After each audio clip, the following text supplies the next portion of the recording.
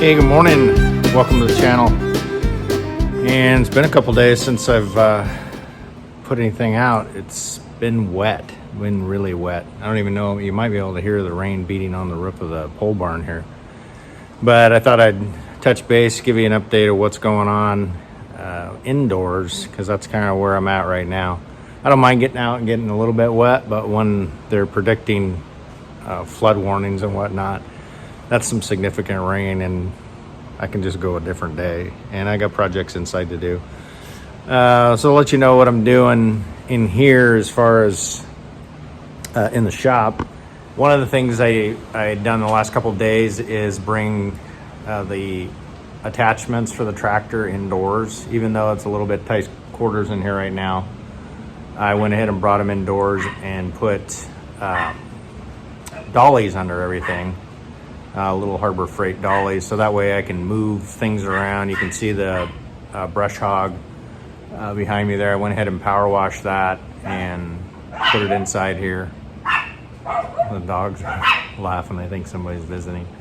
Then the box blades there as well, and the chipper also on dollies. A cool thing about it is I can pull the Kioti out of the front door of the shop here, and then just roll the attachment right up to the back of it and attach it. I've done that with the tripper 2 or 3 times, so it works pretty well.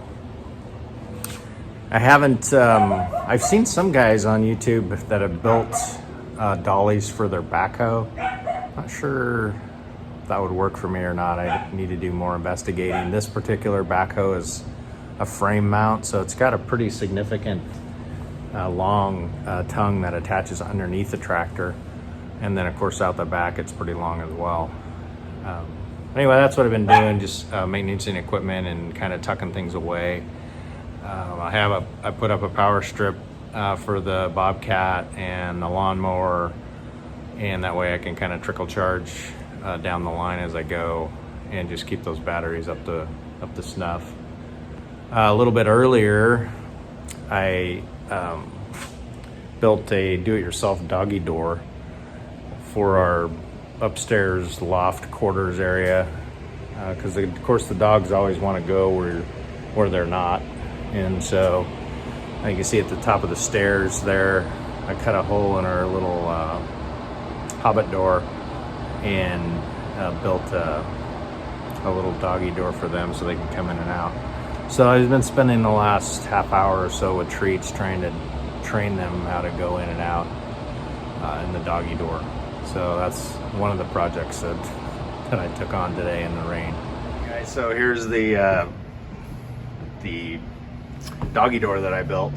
And I don't know if you can see the dogs in there. They're still not too sure about it. Basically, I just made it out of a tote lid and a little piece of metal as my hinge, and then just some little sheet metal hanger parts. And they're thinking about it. I have some treats out here on the step, and so what I'll probably end up having to do is prop it open and have them get used to going in and out of the door, and then ultimately they'll figure out that they can move that themselves. It's kind of dark in here right now, but yeah, that's what it looks like on the inside. Not a whole lot to it. I did put some hot tub insulation on my door, just like I have in the rest of the shop, and you can kind of see how busy everything is in here. But once the house gets done and we move the trailer out, then we'll have a lot more room to get stuff done. I can give you a little bit more in-depth look at the composting toilet, because I've learned a few things on that. And so we'll head over there and I'll show you the update on what's going on there.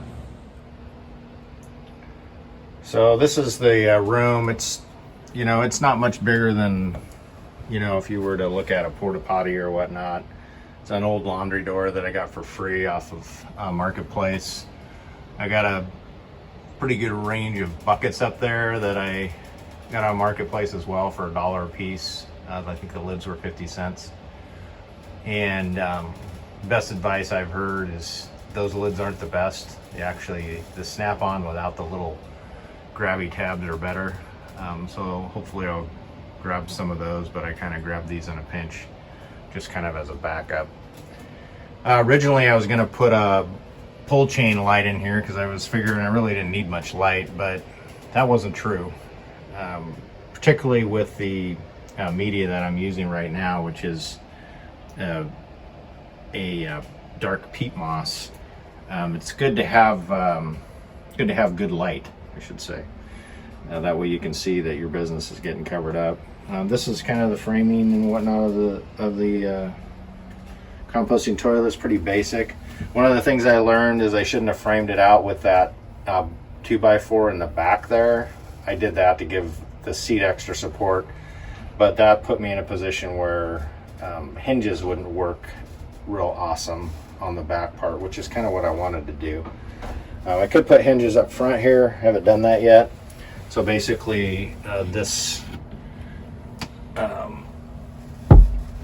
piece of wood that the toilet's cut around the bucket is just a free piece that's sitting on a frame. So this is a fresh bucket. Obviously you'd put some peat moss or sawdust or whatnot before you would use it, and then continue to do that every time you use it.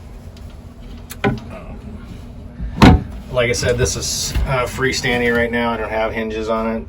I mean, it really doesn't need it, but there's the peat moss that I'm using, and so you can just scoop it from one place to the other right after your business is done.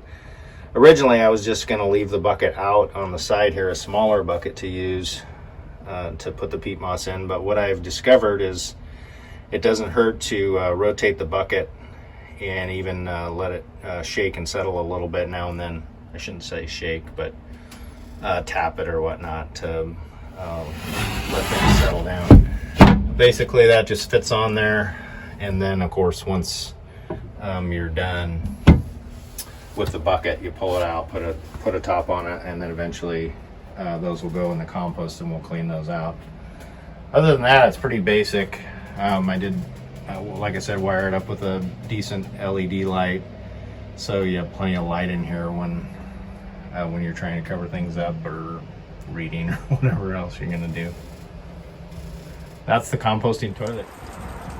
All right, guys, so I'm gonna take you outside and have you brave the elements with me. We're supposed to be on flood watch. We're up on a hill, so I'm not worried about the flood part of it. Just the fact that there's going to be a lot of rain. It's raining right now, and so hopefully you'll be able to hear me okay. I just bought some fruit trees, and I want to get the roots covered up with some chips, cedar chips, to keep them safe until I get them planted. So I'm going to take you along for that little venture. All right, so here are the fruit trees, and got some pear and some peach, some apple, 10 of them total. And the plan is take them up and get the roots safe. Oh, this is fun. Okay, here we go. So we got our fruit trees. I'm going to carry them up the hill here where the cedar chips are, and at least get the roots covered. That'll keep them safe. It is wet and it is muddy. And there's a pile of wood I worked on the other day.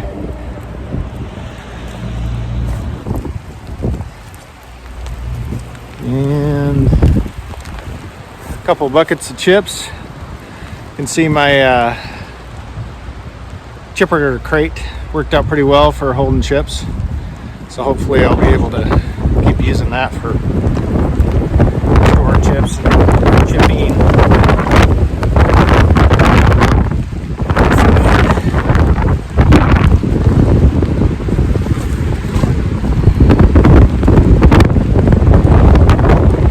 Alright.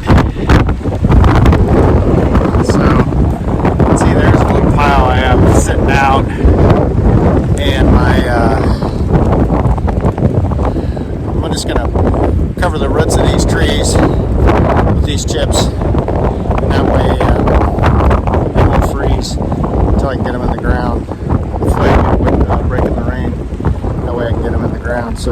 that's my plan.